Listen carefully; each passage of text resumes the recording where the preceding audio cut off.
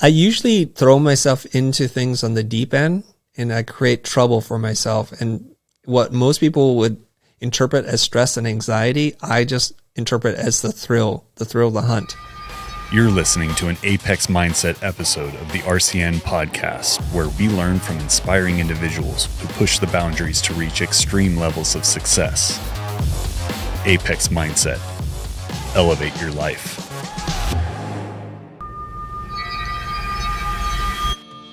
On this episode of Apex Mindset, the Emmy Award-winning designer, director, CEO, and chief strategist of Blind, and the founder of the online education platform, The Future, Chris Do.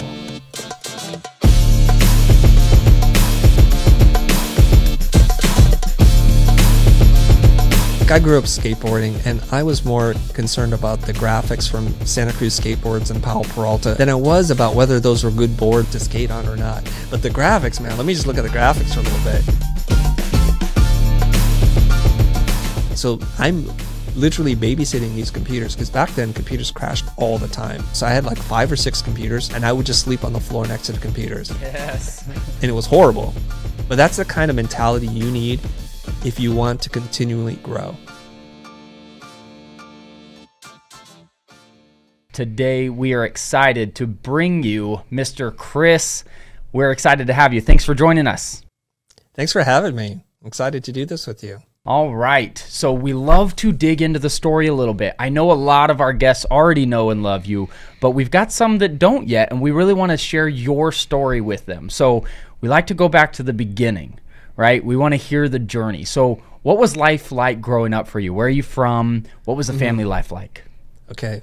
I was born in Saigon, Vietnam, and my parents fled on April 30th, 1975 because of communism.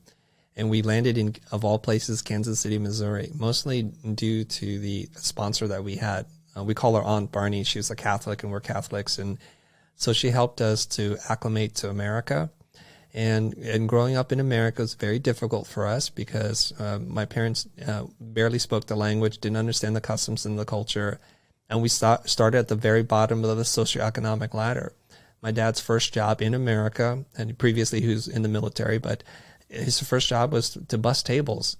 And it's kind of quite interesting because he's a huge inspiration of mine in that he began there. And by the time he retired, he was working for a semiconductor company in Silicon Valley as an engineer. So it just goes to show you the ascent and the opportunities that present itself to people who are focused and will do the work. And my parents are a testament to that. And my mom wound up working for IBM too. So I've seen lots of things. I've had to go through some trials and tribulations as a kid. First of all, not looking like anybody. And in many neighborhoods, I was the only Asian person. And I had issues about self-identity, like who am I? Like why do I look so different? Why is it the language that we speak, the food that we eat, the way that we dress, so different than my friends at school? And I went through a very tough period in my life when there was some self-hate going on because kids would pick on me. I would get into fights with these much bigger guys. Even girls would like just throw racial slurs at me. So it was a tough upbringing. But I believe the stuff that doesn't kill you makes you stronger. So I'm a more resilient person today for it.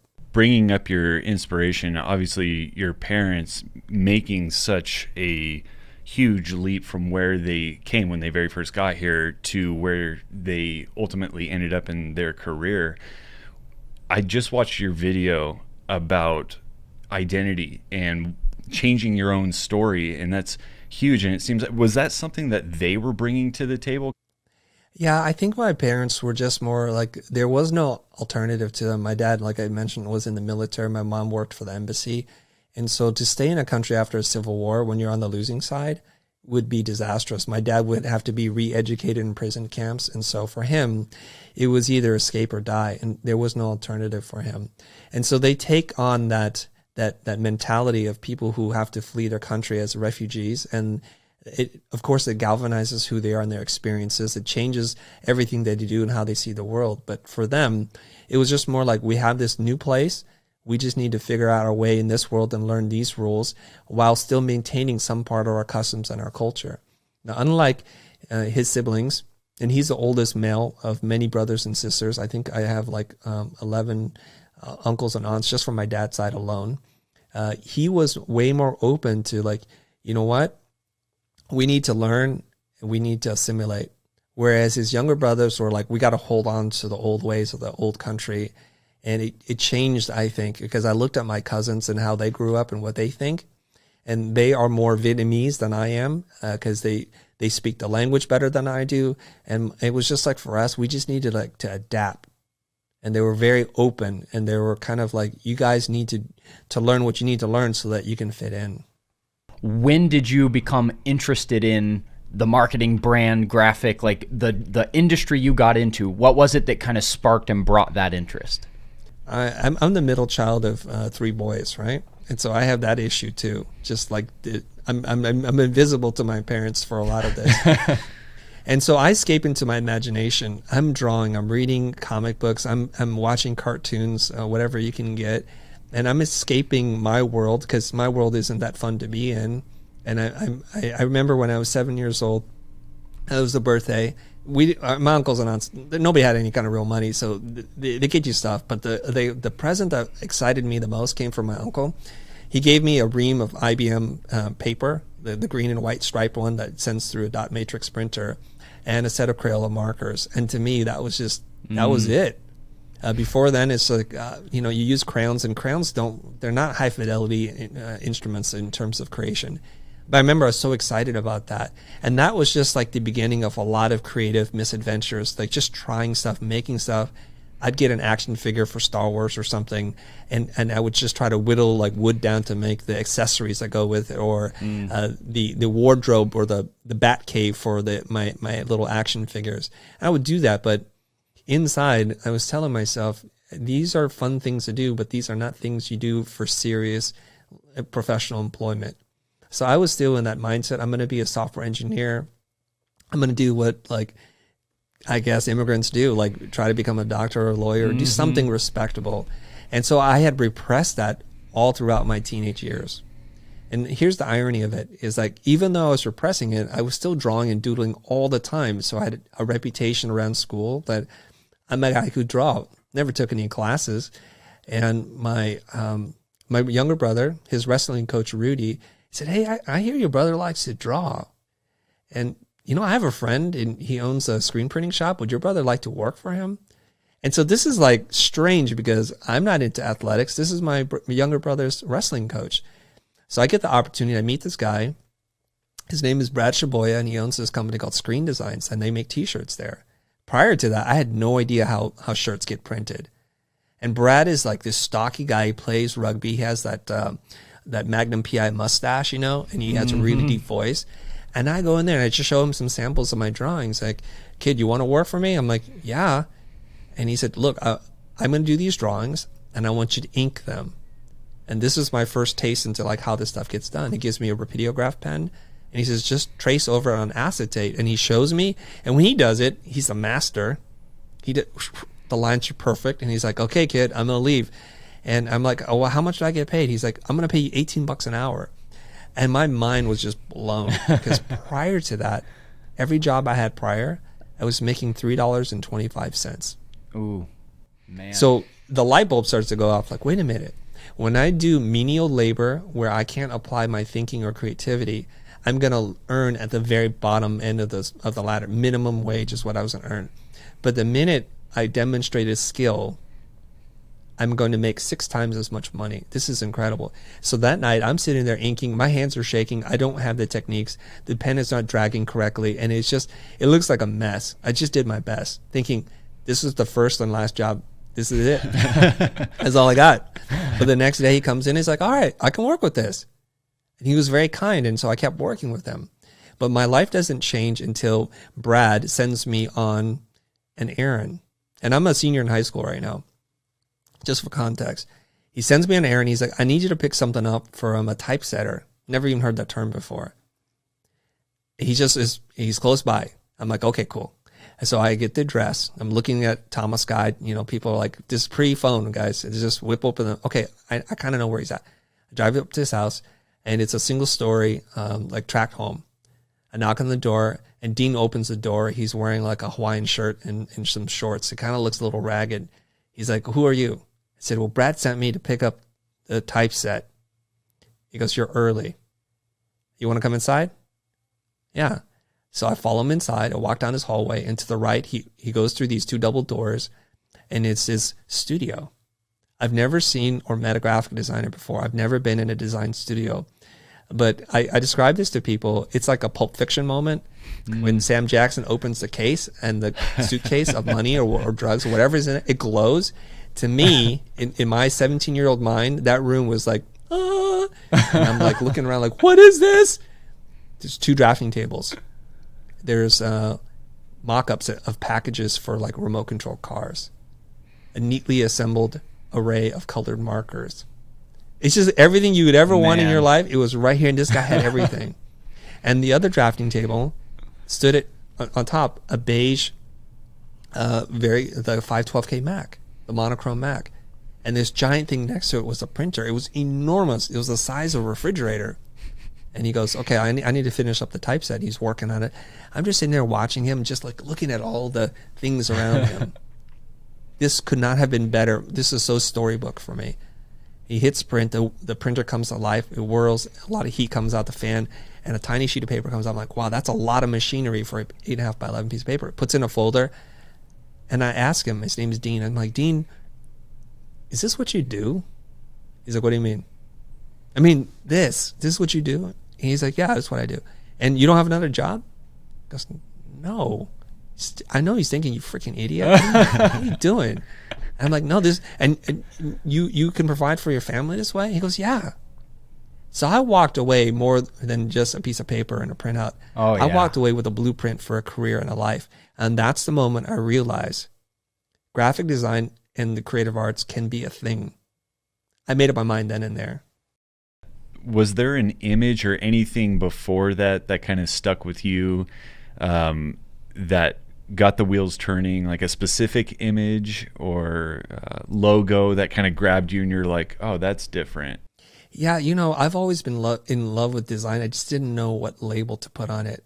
Like, I grew up skateboarding, and I was more concerned about the graphics from Santa Cruz Skateboards and Powell Peralta than I was about whether those were good boards or to skate on. Yeah. Made all the wrong decisions. Like, God, the concave and the tailness was horrible. But the graphics, man, let me just look at the graphics from Yes. Right?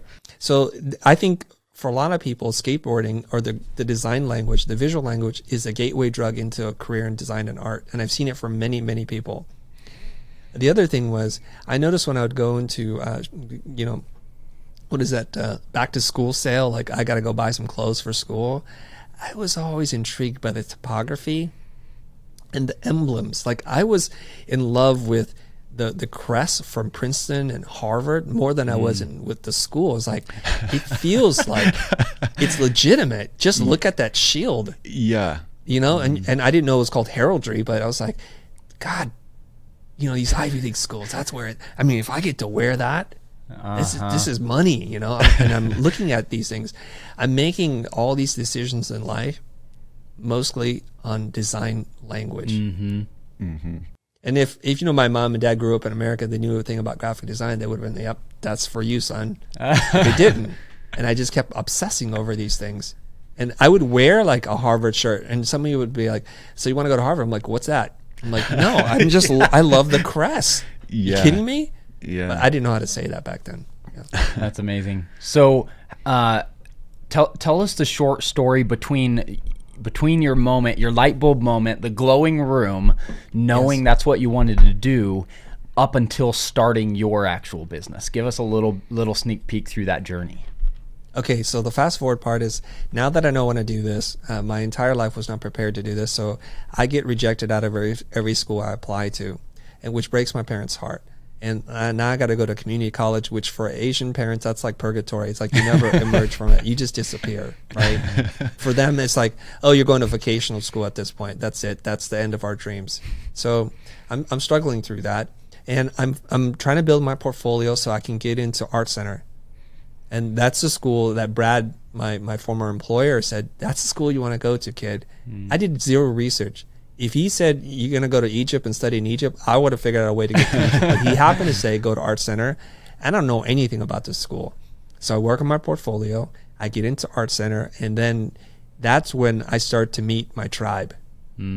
It's full of people who want to work on design in all the different visual arts at the highest level. So I'm meeting industrial designers, illustrators, people in film photography, and they become my friends. And now it's like, God, if I had known about this thing a little earlier, I would have been better off, but I'm so far behind. It feels like I'm walking around, and this is not just a feeling, about people who have been introduced to the world of design and art from a much younger age, so they're way more sophisticated. They're like dressed more sophisticated. I mean, they're Europeans walking around. I'm like, this is so weird. Now, keep in mind, aside from coming to America, I had only been on an airplane like twice before going to art centers. So my limit to the world, or my exposure to the world, was very limited. And so I'm seeing all these upper class rich people from all throughout the world, from America, from Asia, from Japan, from Europe. And I just feel like I'm this broke ass kid just trying to make it here, because you know what my parents didn't know at that time was they barely gave me enough money to make ends meet. So I was living off my credit card, just trying to hustle and figure out, like, God, I need to stretch this loaf of bread, literally, and I didn't feel like I could come back and ask my parents for more money. But one thing that scarcity does for you, it makes you laser focused. So I got into Art Center, and I was able to get a scholarship right off the bat. So I was already paying 50% of the tuition, and I kept working on that, and I just hustled, and that's what you do. Ultimately, that leads me to starting my company. Wow. Yeah.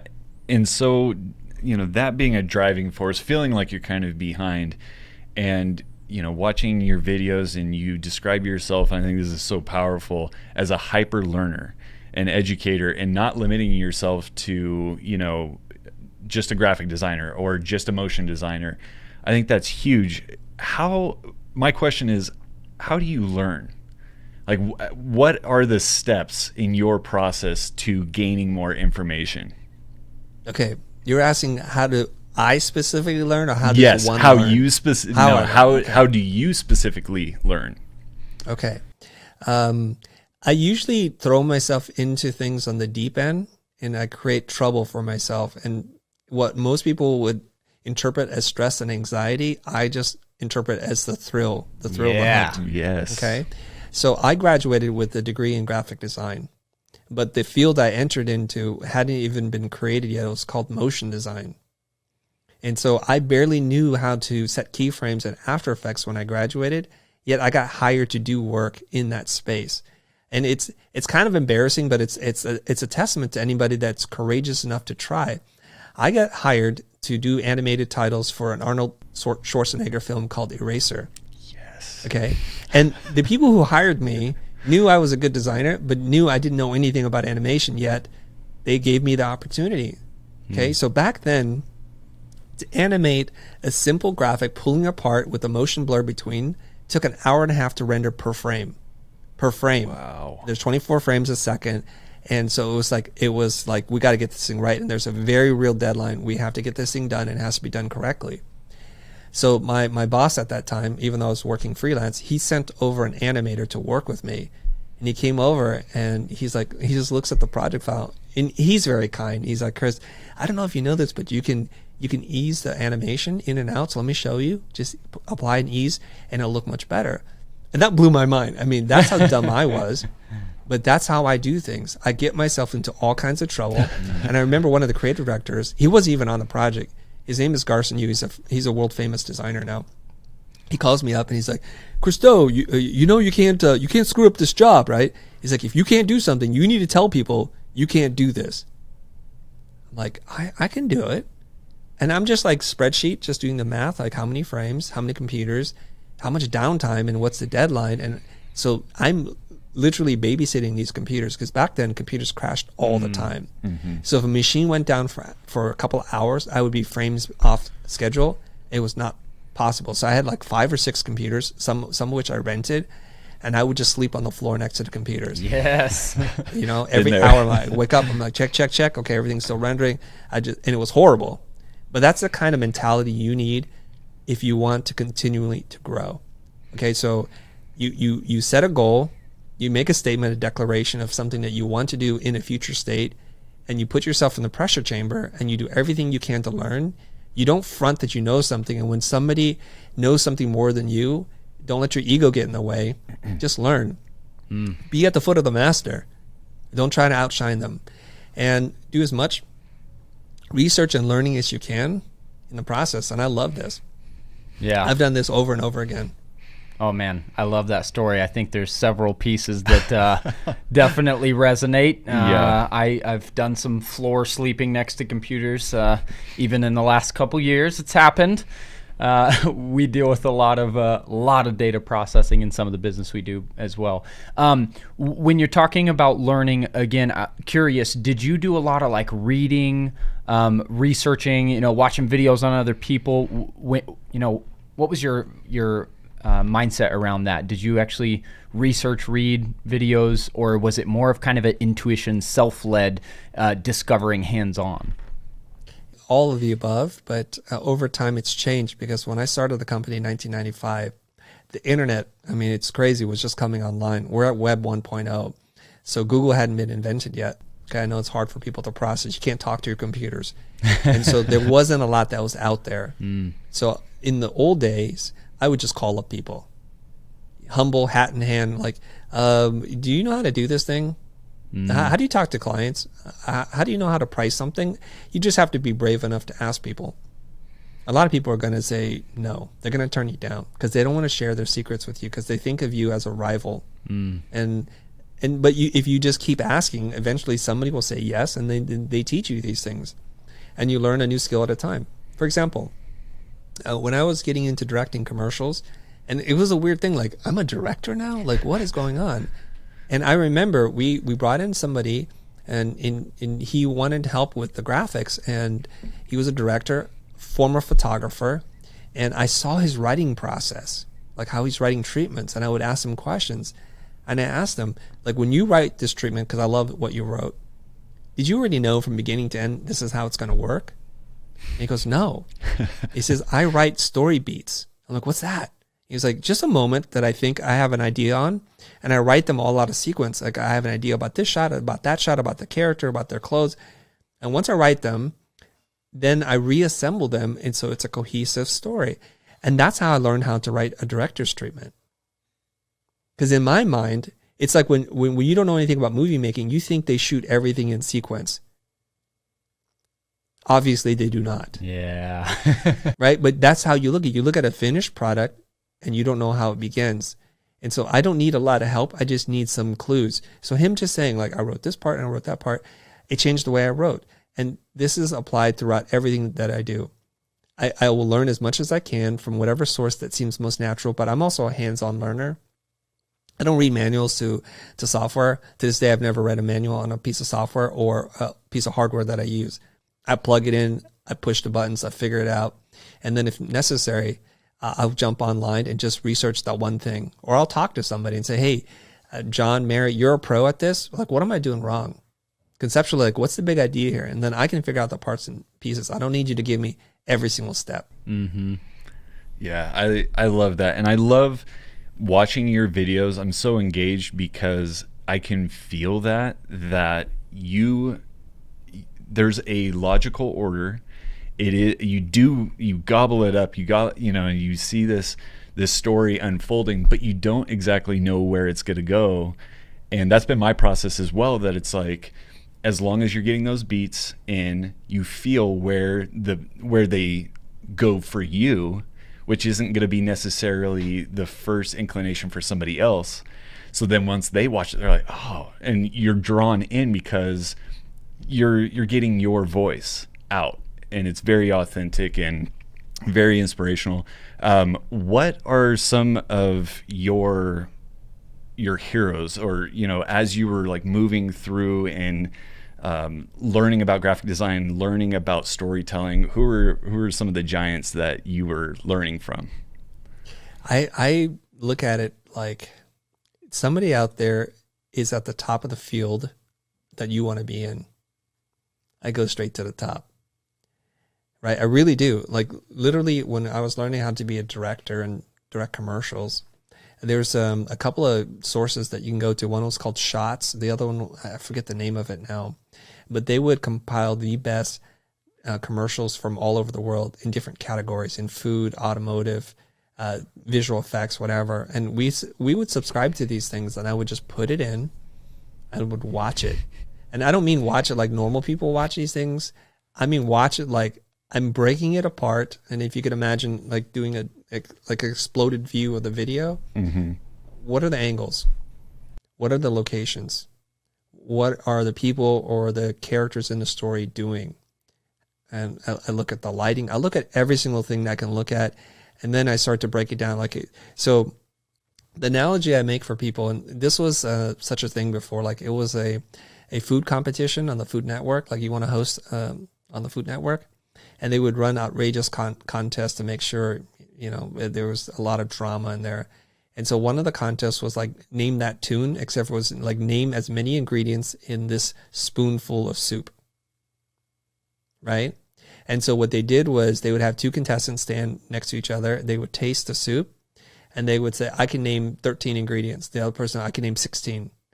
And so if you say a number and it's the highest number, you get to go. But if you can't say 16, the other person wins by default. Wow. And I kind of describe this to students and people, anybody that's trying to learn something, figure out what the ingredients are in that soup. It's possible. So you have to train your palate. So it begins by knowing what different flavors are and the spices and the herbs and cooking process. But now you're at that point where you put that spoonful of soup in your mouth. You're like, okay, I taste nutmeg, there's cinnamon, there's salt, there's coriander, whatever it is, and you just go through that. So when you're looking at a painting, you're looking at a motion graphics piece or a beautiful identity system, pull apart the ingredients. What's making this thing, and why is it successful? If you can deconstruct things like that, you have a chance at achieving these results. And so when you're talking about directors and people that I looked up to, this is the process that I would do. I would sit there and just obsess over like one 30-second clip until I felt like I could identify enough ingredients so that later on I could use those things. I could use that knowledge. So I was learning, basically following people like before social media was a thing, and just kind of looking at all their work and finding the things that are consistent. Like Tony Kaye is a fabulous commercial director. He made American History X. He's very controversial, but the way that he lenses his shots, he uses wide angle lenses and he puts objects in the frame in such that the objects tend to frame the shot. Like there's a fork that looks like it's 4 feet long, and it drives your eye into the scene, and the fingers of the fork that come up are pointing to something that he wants you to look at. Yeah. Masterful. So you study every single frame. You learn a lot by just doing that. That's amazing. Yeah. That's amazing. All right. I'd love to talk a little bit about the current with you for those that don't know. And I know you have a lot going on. So could you tell us a little bit about your current focus for those that maybe don't know what all you're actually doing? Yeah. So in December 2018, we decided as a company to no longer do client work. So Blind, this company I've run since 1995, was servicing advertising agencies making commercials and doing music videos with artists like Coldplay and Justin Timberlake. We just stopped doing all of that. We're done with doing client work. We challenged ourselves to be able to sustain ourselves by doing educational videos and making educational products. And I'm happy to tell you that was the last time we took on client work.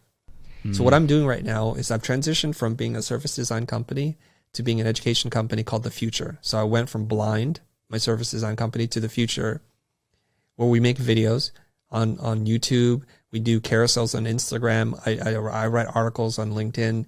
I host rooms in Clubhouse to try and teach people the business of design. And the approach to this is I want everyone to become bilingual. We already speak the language of creativity. I want them to learn the language of business. And the overlap of the two is what makes you really unique in the world. Especially now, it's a wonderful time to be alive as a creative human because companies are realizing creativity is the thing that's going to help them to innovate and to differentiate themselves from their competitors. So designers are being elevated to positions in which we've never been at before, making critical decisions about the user experience, about the product design itself, because that's what distinguishes something from something else. And so we all need to collectively, if we want to have a seat at the table, learn to speak the language of business, because they're the ones who get to decide whether we get a voice or not. I love that. So powerful. That's amazing. That's amazing. So if you could go back even just 10 years, what's something that you would tell yourself where you are today? I know you've made a lot of changes and you've seen a lot even change, you know, with your business. What would you go back and tell yourself 10 years ago? I would tell myself, get on the content game sooner. I mean, I started in 2014, so it's been, what is that now, 7 years? 7 years. And I started when I was 42 years old. And I like to tell people that because they're like, oh, you know, Instagram's for kids and, you know, TikTok and, oh, the time has passed. I can't do this. Who wants to listen to an old guy? Well, I'm an old guy telling you, because I'm almost 50 now, that it's never too late. If you still have oxygen in your lungs and if you could still move your hands and use your voice, that you're wasting this opportunity. And the opportunity exists for everyone. It's like the playing field has been leveled. Just think back 20 years ago, what it was like before. There were gatekeepers, there were middle people, there are gallery owners who get to decide and anoint who is worthy of being paying attention to, right? And one of my friends, Beeple, recently sold one of his digital paintings for, $69 million, the third highest at Christie's in terms of an auction from a living artist. Incredible, $69 million. And he did it his way. He didn't go through the gallery circuit. He just put out a piece of content every single day for 13 years, 5,000 images he made to get him to this point. And I think that's wonderful. So you want to be the people of tomorrow. You want to create content. You want to share your process. You want to be a documentarian of your own work, in the words of Austin Kleon. You want to be able to put that stuff out there to not only build an audience, but more importantly, to find out, what do you have to say about the world? What's your point of view? What's your voice? To connect a theme, growing up, the last thing I wanted to do was to be seen or to be heard. I wanted to be invisible, because being visible meant people were going to give me a hard time.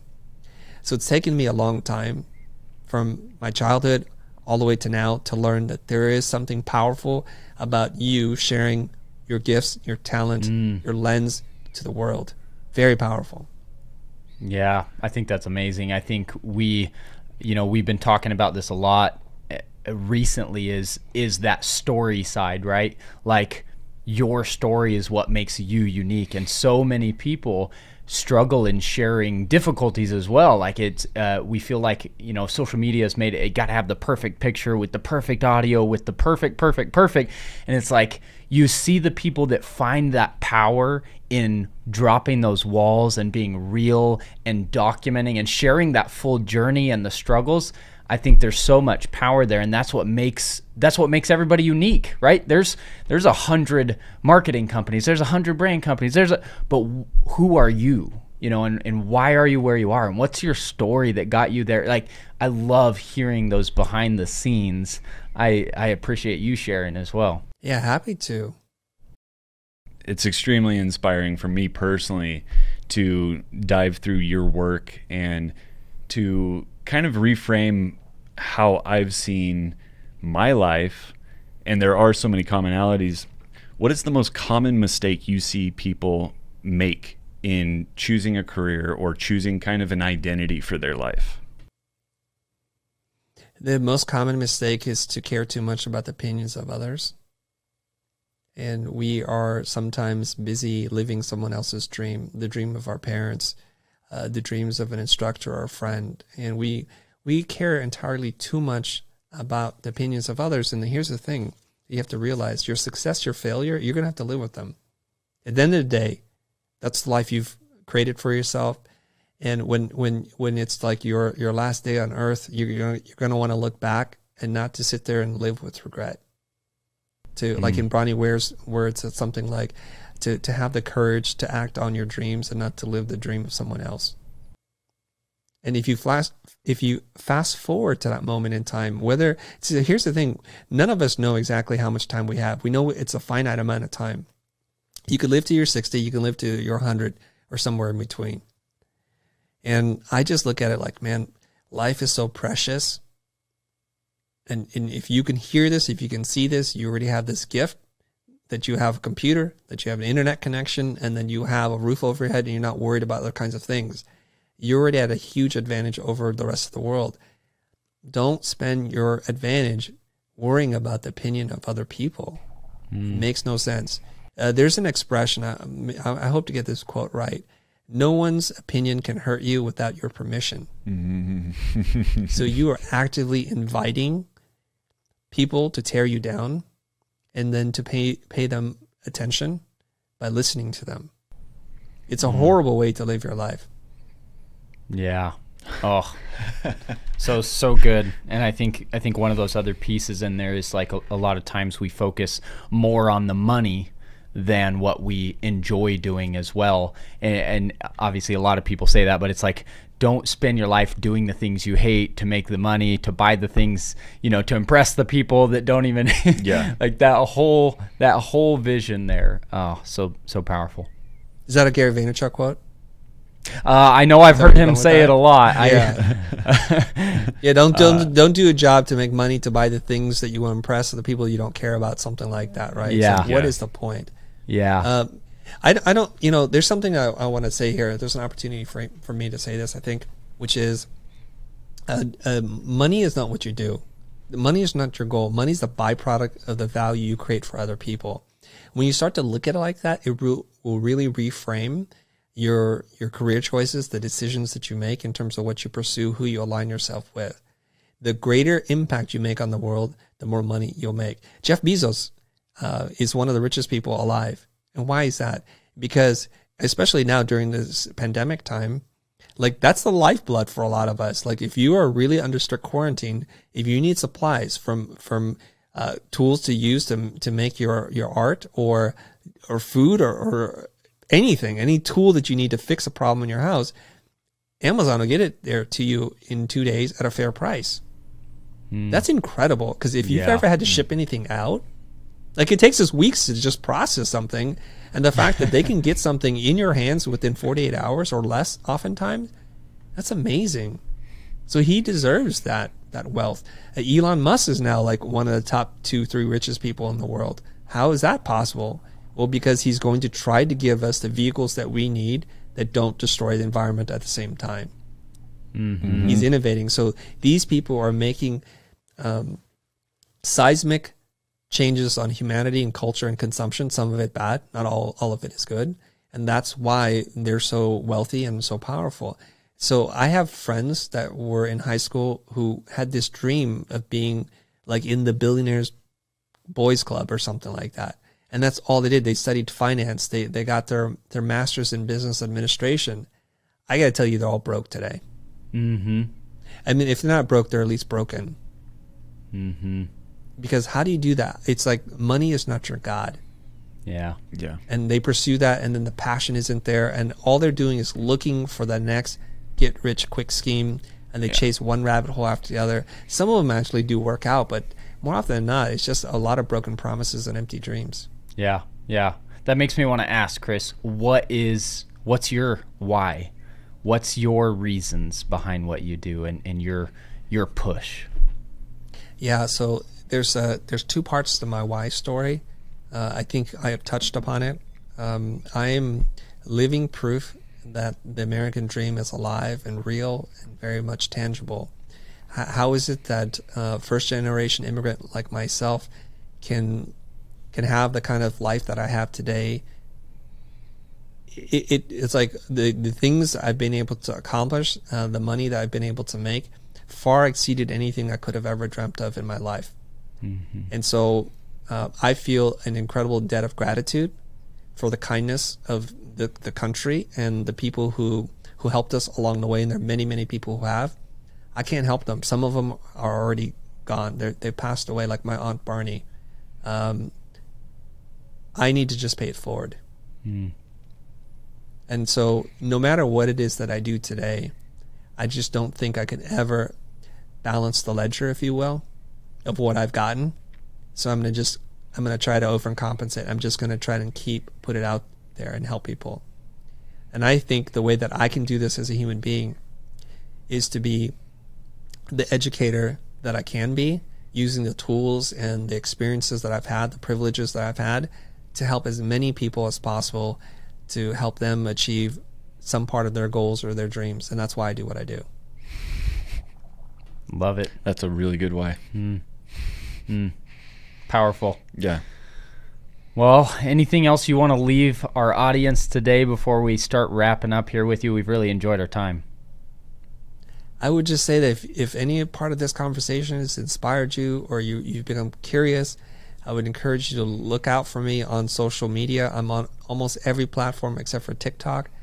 And you can follow me. I'm at the Chris. My last name is Doe. It's D-O, the Chris Doe. And I have this company. It's called The Future. And if you go to thefuture.com, you can find out everything that we're up to, all the shenanigans. And The Future is spelled without an E. We couldn't get that URL. So it's F-U-T-U-R, thefuture.com.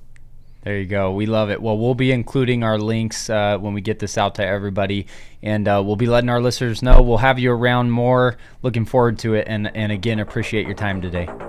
Thank you.